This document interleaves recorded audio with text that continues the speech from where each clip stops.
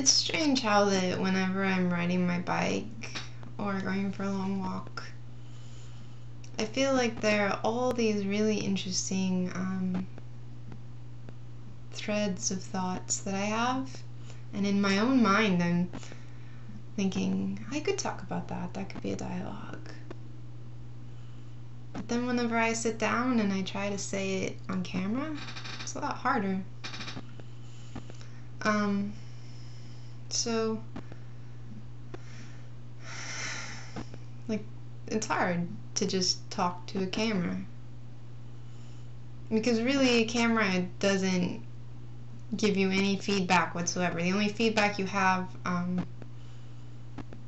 comes from seeing yourself. So it's talking to a mirror. Essentially, it's exactly like talking to a mirror, which sort of takes me back to whenever I was, how old would I have been? I was in 6th grade, I think. I used to talk to the mirror. That's kind of funny, huh? I used to, I had a little family of, they're about that big, bears, and I used to make up stories about them, and I would make up the stories in front of the mirror because for some reason it helped me, I guess, see my own emotions on my face. And I don't know why I did that at all, but I did. And I eventually stopped because I heard my parents one night in the door, and they were laughing at me. And I always felt, you know, probably most people feel this way. If people laugh at you, you feel somehow like you're tragic. Like what you felt was a private world somehow becomes like exposed, and you want to stop and never let anybody see it again. I guess I had a hard time because whenever I was younger, I think my mom has a thicker skin than me, so she likes to joke around and be funny, but you know, I remember when I was in, like 3rd grade or something, I had this crush on this boy named Wayne, and I had this idea that when I grew older, Wayne and I were going to get married, and we were going to live on a farm, and he was going to be the farmer man, and I was going to be the farmer wife, and I really liked that idea. I think I wrote like a little note about it or something, like about how that Wayne and I were going to get married. And then my mom found it, and she just was laughing and laughing and laughing. And now that I'm an adult, I think about that, and I'm like, you know, it was probably pretty cute. She probably laughed because she thought it was funny. But to me, it was sort of, it felt heartbreaking, like that was my vision of something good, but something good to me is funny to somebody else, you know. I'm probably way too sensitive, which, that's not really a probably statement, that's a true statement. I'm very sensitive. And this is getting kind of depressing as an entry. I think I'll take it in a different direction. Another depressing direction. So, I was thinking yesterday about outer darkness, which is, it's a Mormon concept, and the concept of outer darkness is that if you are a Mormon and you get baptized as a Mormon, you go the whole 9 yards, right? You are accepted into the church, and then you decide, oh, I don't want to be a Mormon anymore. Maybe Mormonism's wrong. And then you leave the church.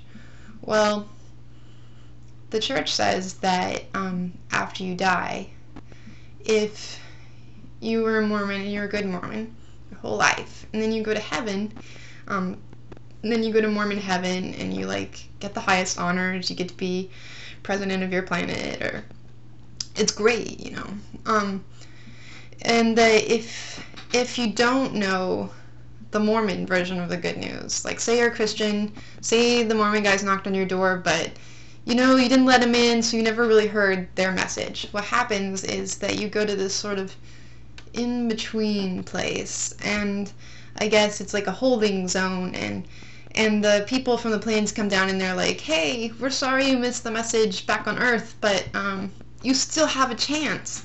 Like, why don't you believe what we believe now? And now that you see that we're right, you can go to Mormon heaven.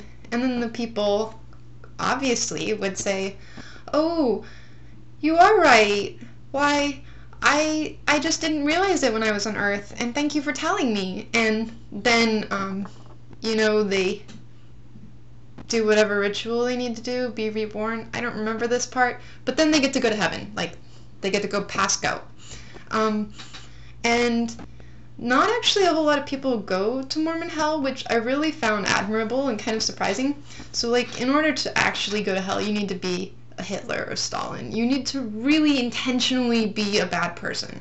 And then you go to sort of this place of torture. But strangely, the only people, other than people who are like mass murderers, that go to Mormon hell are people who were Mormons and then rejected Mormonism. So that's the worst sin. The worst sin is you know it's true, but you don't do it. And that's kind of an interesting concept, because I think especially, as Americans, we it's very comfortable to be unaware, because if you're unaware, you're not responsible. You get the free pass. You get to go. You get to say, after you're done with everything, oh, I just didn't know. And then somebody comes, the magic angel comes, and they tell you, and you're like, I'm so sorry, I didn't know. And then you get to go up to heaven. And I think the way that I was raised, there was a similar concept. So punishment worked like this. If you stole from the cookie jar and ate the cookie before dinner, but mom and dad never said, you can't have cookies before dinner, then you didn't get the full punishment.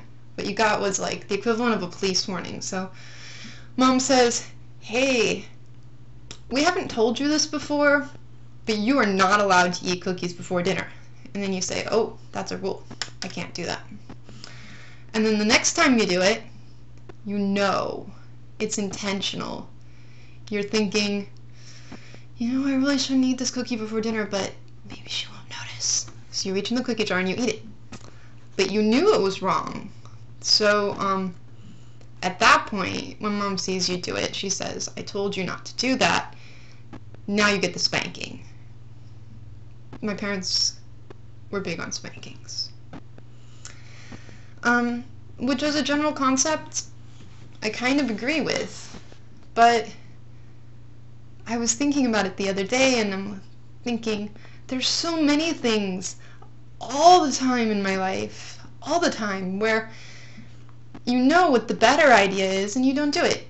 But it doesn't necessarily mean that I'm a really horrible person, because most people can't live a perfect life, because it's just, you can't. Like, when you go to the grocery store and you're like, oh, should you get paper or plastic? You're like, okay, I know it's better to get paper, right? But what I've noticed is, like, the store clerks, if you ask for paper and they're having a bad day, they store it in such a way that the clerks have to bend down really low and make, like, it's hard for them to get out the paper.